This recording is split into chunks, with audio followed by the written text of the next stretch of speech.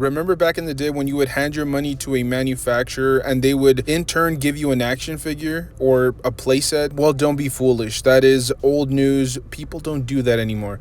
Okay, now you fund projects as a tiny little sperm cell, and then you have to wait until you're a grown human being with like mustaches and beards. By then, you've probably already sent out your own tiny sperm cells into the world. Where am I going with this? I have literally no idea. I've said this before.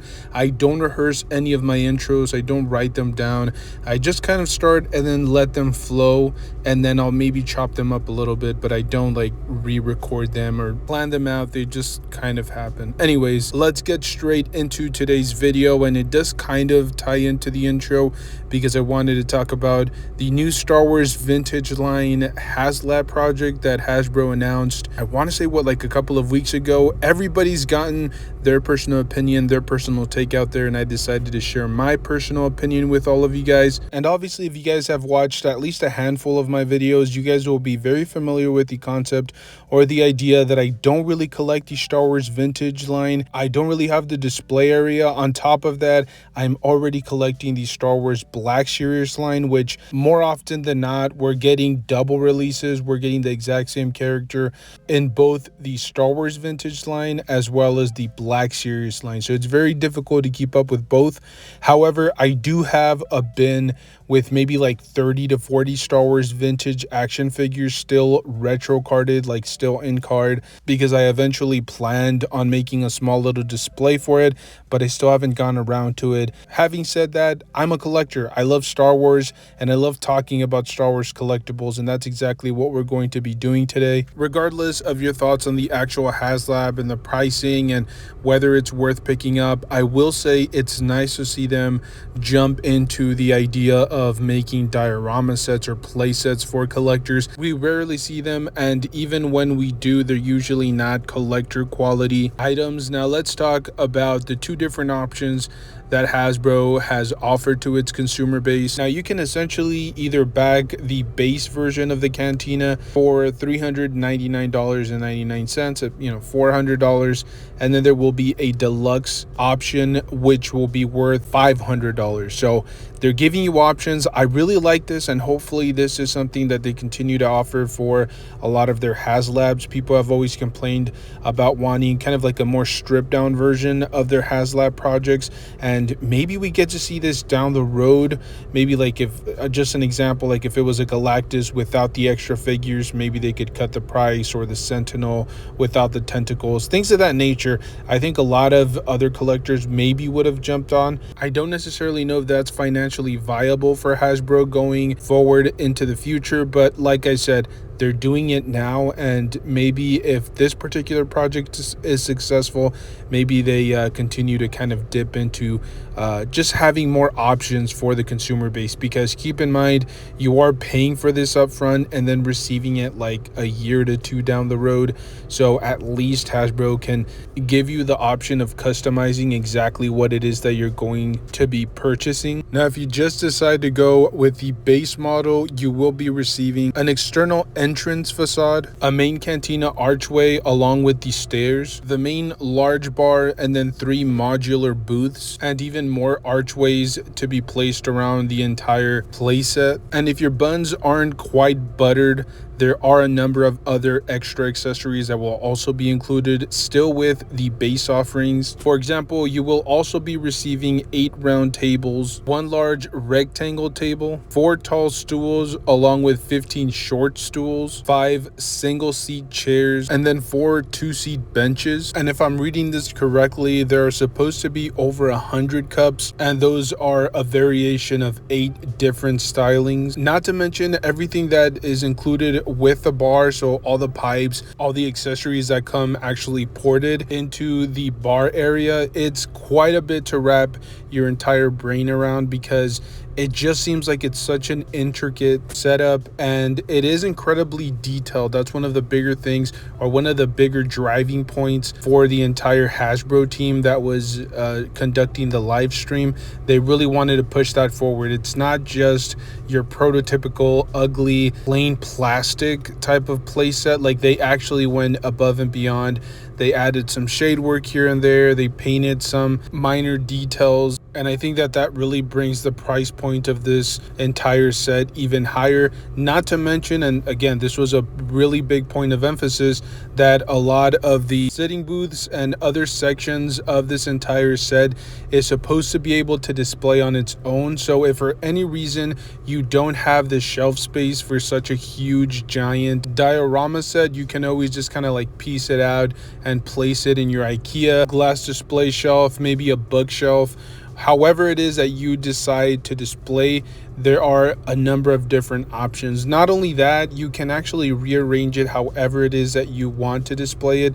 So even though there is a specific way of arranging all of this to make it look screen accurate, if you're only interested in doing like photography of certain sections, you can always kind of play around with that. And it was just a huge point of emphasis for the Hasbro team. They realized that not everybody is going to be able to display this entire diorama or set all together, so they made it to where you can piece it out and just have as much fun as you possibly can with it.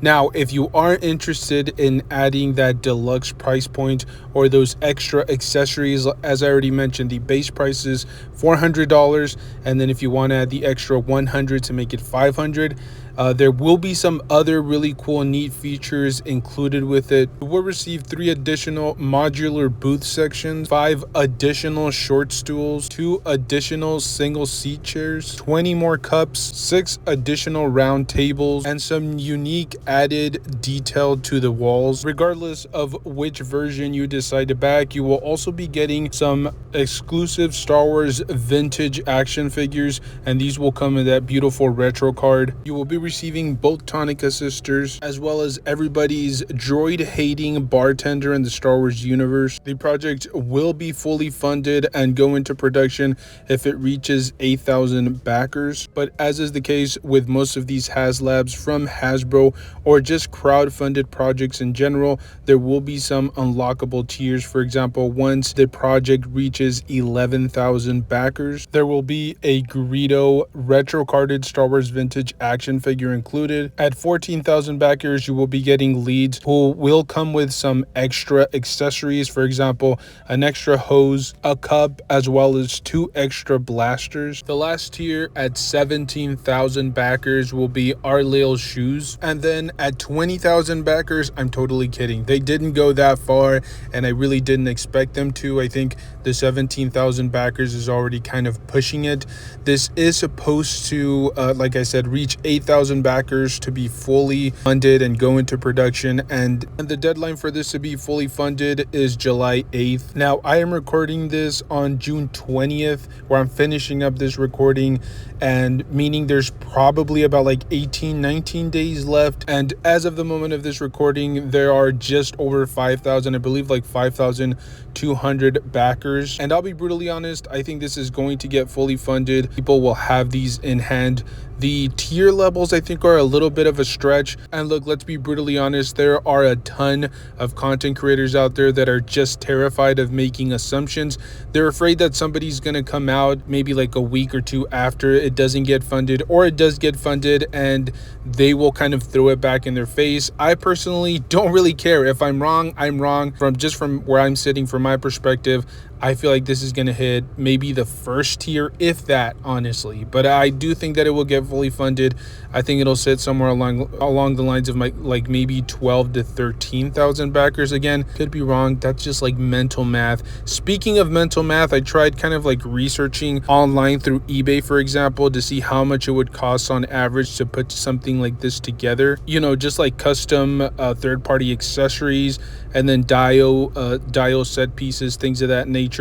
And honestly, I think if you were to do this through the third-party market, which obviously is going to be more expensive because they're not mass-produced, but you're still looking at almost like $1,000. I mean, just from like mental math, I put together about like 900 something.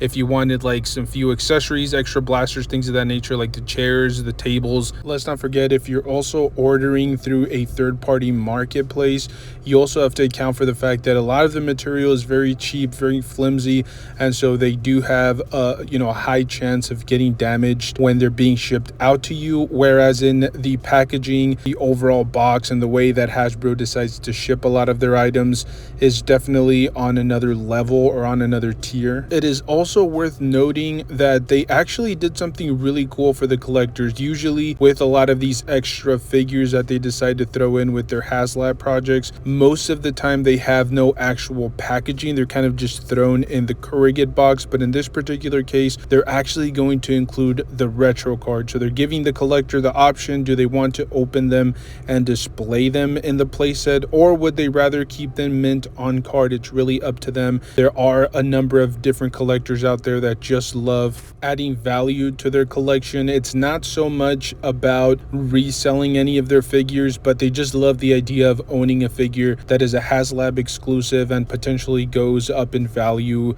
through the third-party marketplace. So again, just a number of different features. I did read some random comments and I did see a lot of content creators talking about absolute buffoonery, like Hasbro should have included a floor or a ceiling of some kind, and that, like I said, that's just absolute nonsense, especially at that particular price point. I do imagine that there will be people out there customizing, finding ways to maybe add, for example, lighting to the playset and things of that nature, but I didn't necessarily expect Hasbro to include that with that price point.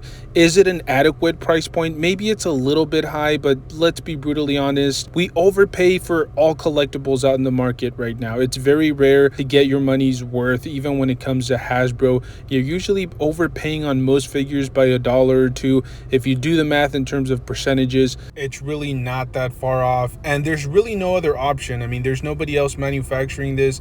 If you try to make it yourself, you would probably go over the budget. So all of these people that are criticizing Hasbro, I think the price point is solid. There's no bargain here, but you're getting your money's worth with this playset. Only real issue that hardcore Star Wars vintage collectors will have is probably just the lack of space to display this.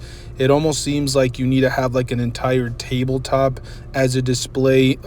Small little display cases or shelves are just not going to cut it. However, like I said at the beginning of the video, there are actually options here when displaying it. You can kind of take it apart and display it in different ways. It's a great offering from Hasbro, and I genuinely hope that they continue down this path. They eventually give us more Dio pieces, more little play sets like this. Maybe eventually we get something for the Star Wars Black Series. I know in that case it would have to be something considerably smaller, or the scale couldn't be this large, right? I mean, you'd probably be paying like over $1,000 for something like that, but just a smaller scale Dio piece for the Black Series line, which is usually what most collectors collect nowadays. So like I said, hopefully this gets funded, and then this kind of sets the path for the future. But for those people that are just hardcore chugging that haterade, please stop. Okay, this is a good solid offering from Hasbro. There's no need to criticize it for no reason. At least from my point of view, I don't really see too much criticism that is valid out there,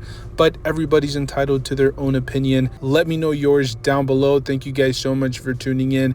Make sure you stay safe out there, and as always, enjoy the hobby. I will see you guys in the next one. Thank you.